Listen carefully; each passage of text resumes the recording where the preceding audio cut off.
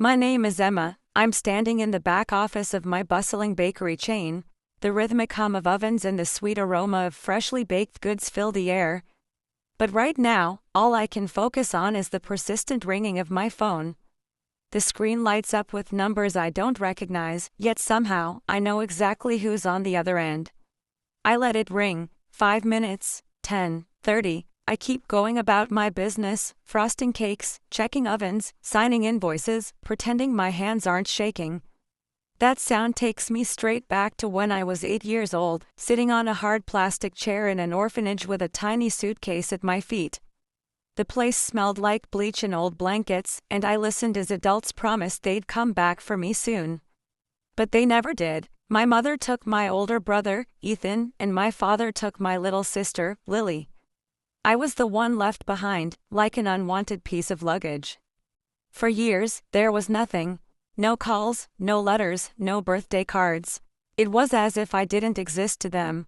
Then I gave a TV interview that went viral.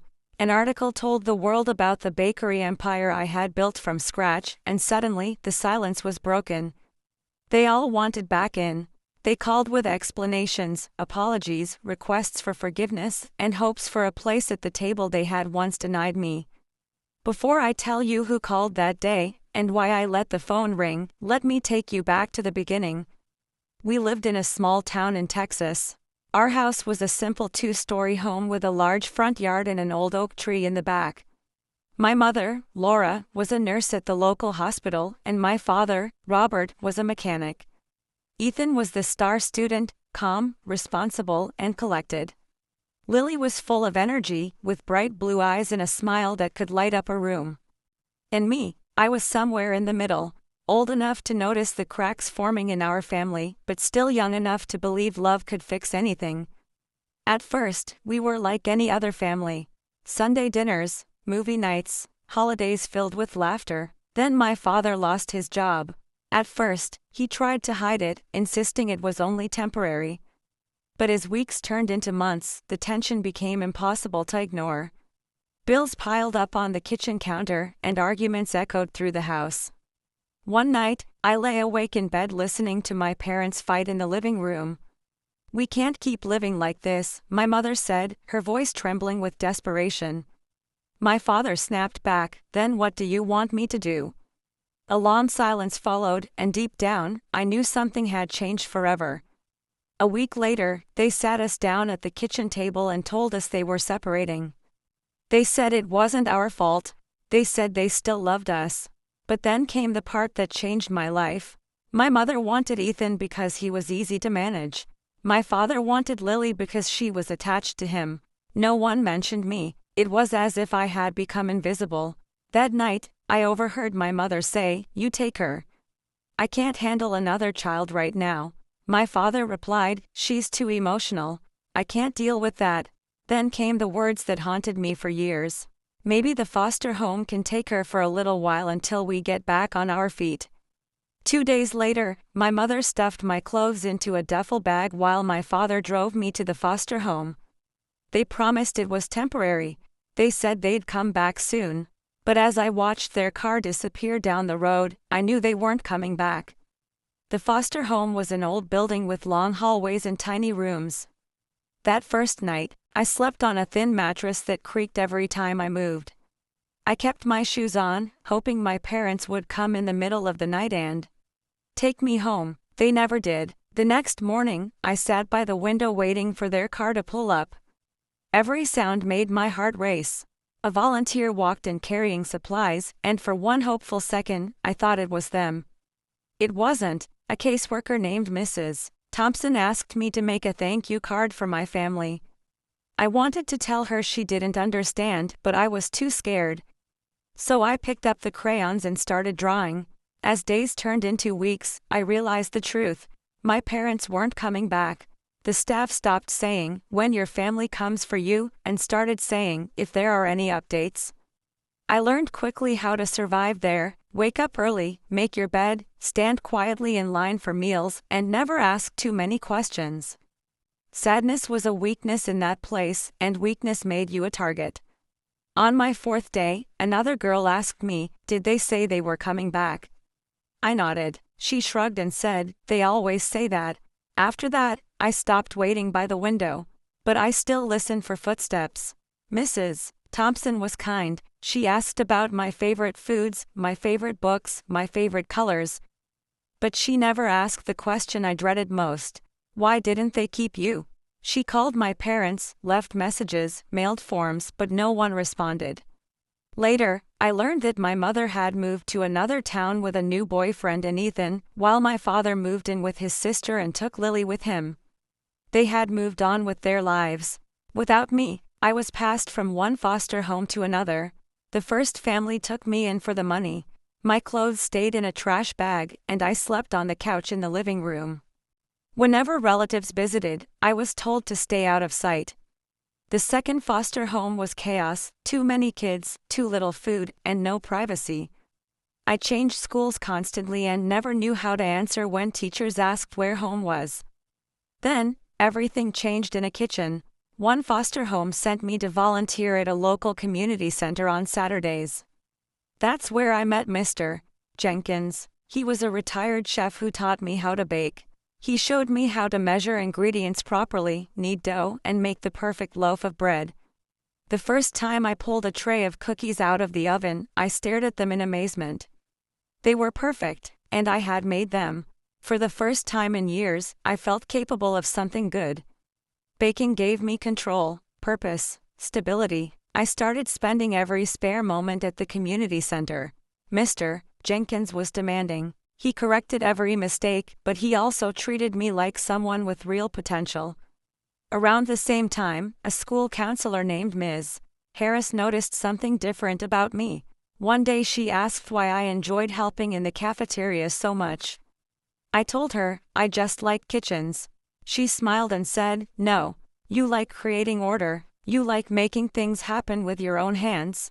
Her words hit me hard because it was the first time someone truly saw me, not as a foster kid but as a person.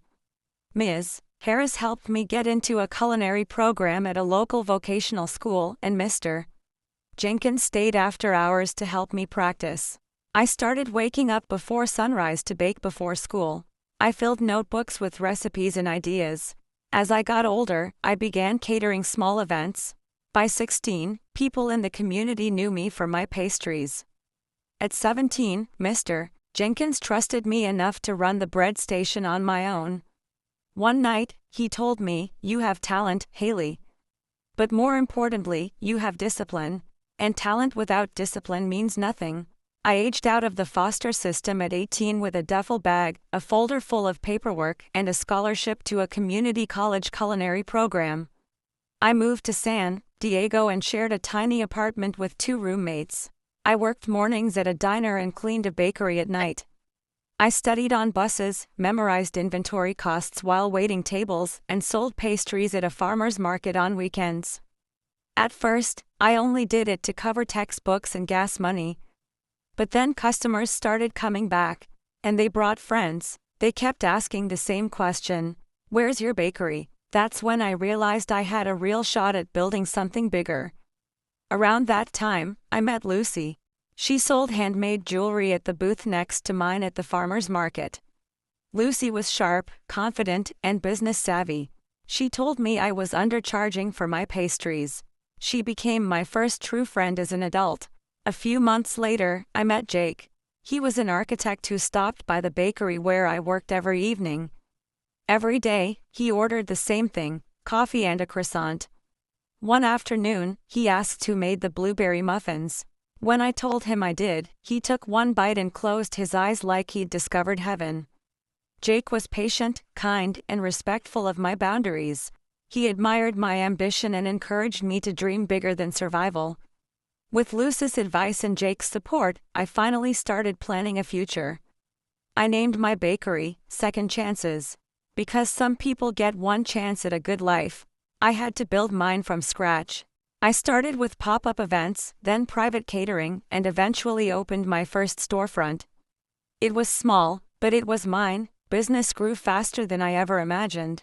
One bakery became several, and whenever I hired staff, I made a point of giving opportunities to young adults who had aged out of foster care. I knew what it felt like to have nobody believe in you. I wanted to change that for someone else. Soon, newspapers and TV stations started telling my story. They called me resilient, self-made, inspirational, but behind all the headlines was a truth no one knew. Until that interview, I was tired of hiding my past, so I told the world what had happened to me. 3 days later, the phone calls started. The first voicemail was from Ethan. His voice was deeper now, but I recognized it instantly. "Haley, it's me. I know this is a shock. Please call me back, there's a lot you don't know." Then Lily called, crying as she said my name. My mother sounded older and filled with regret. My father's voice sounded weak. But I let the calls ring, because deep down, I knew why they had come back. Not because they missed me, because I had become successful. I wasn't their daughter anymore. I was an opportunity. Eventually, I agreed to meet them at my flagship bakery after closing hours. When they arrived, they looked uncertain, almost intimidated. My father had grown thin. My mother's hands trembled. Ethan tried to act calm, while Lily looked at me with a painful mix of guilt and longing. We sat together at the long communal table in silence. Finally, my mother whispered, "You look beautiful." I almost laughed. "You didn't come here to talk about my appearance," I said. "Start explaining." The excuses came quickly. Ethan said everyone had gone through hard times. My father admitted he'd been overwhelmed and ashamed. My mother insisted she believed foster care was the best option at the time. Lily cried and confessed she had only recently learned the full truth. I stood up, walked behind the counter, and returned carrying 4 folders. Inside were records from every foster home, every placement, every report. I placed one in front of each of them. "You didn't lose me," I said quietly. "You left me." Then I told them everything. The loneliness, the hunger, the instability, the feeling of being unwanted. My mother cried openly. My father stared silently at the papers. Ethan covered his face. Lily sobbed. Then I told them about the people who had actually saved me. Mr. Jenkins, Ms. Harris, Lucy, Jake, strangers who became family when my own family failed me. Finally, my father looked up and said, "I'm sick, Haley. I don't have much time left. I want to make things right." Ethan admitted they were struggling and hoped I might help the family financially. I looked at all of them carefully before answering. "I didn't build this life so you could come back and use it." Then I set boundaries. "I won't give you money or support. If we have any relationship moving forward, it will happen on my terms." My mother flinched. Lily nodded through tears, and before they left, I told them one more thing. "Stop hiding from the truth. Admit what you did." After they walked out, Jake came into the bakery. He didn't ask how the meeting went. He simply opened his arms. And I walked into them. The calls and messages continued for a while, emails, letters, apologies, but I stayed firm. I had spent years rebuilding my life. I wasn't going to let the past destroy it. Today, part of my bakery's profits goes toward a foundation that helps young adults aging out of foster care. Because no child should ever feel abandoned the way I did, I've learned something important over the years. Family isn't defined by blood, it's defined by who stays, by who shows up, by who stands beside you when it matters most. I have forgiven my family for what they did, but forgiveness doesn't mean unlimited access to my life. Trust has to be earned.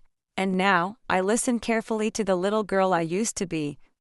The one sitting alone with a suitcase in an orphanage hallway, the one who learned far too young what abandonment feels like, and I make sure she is never left behind again.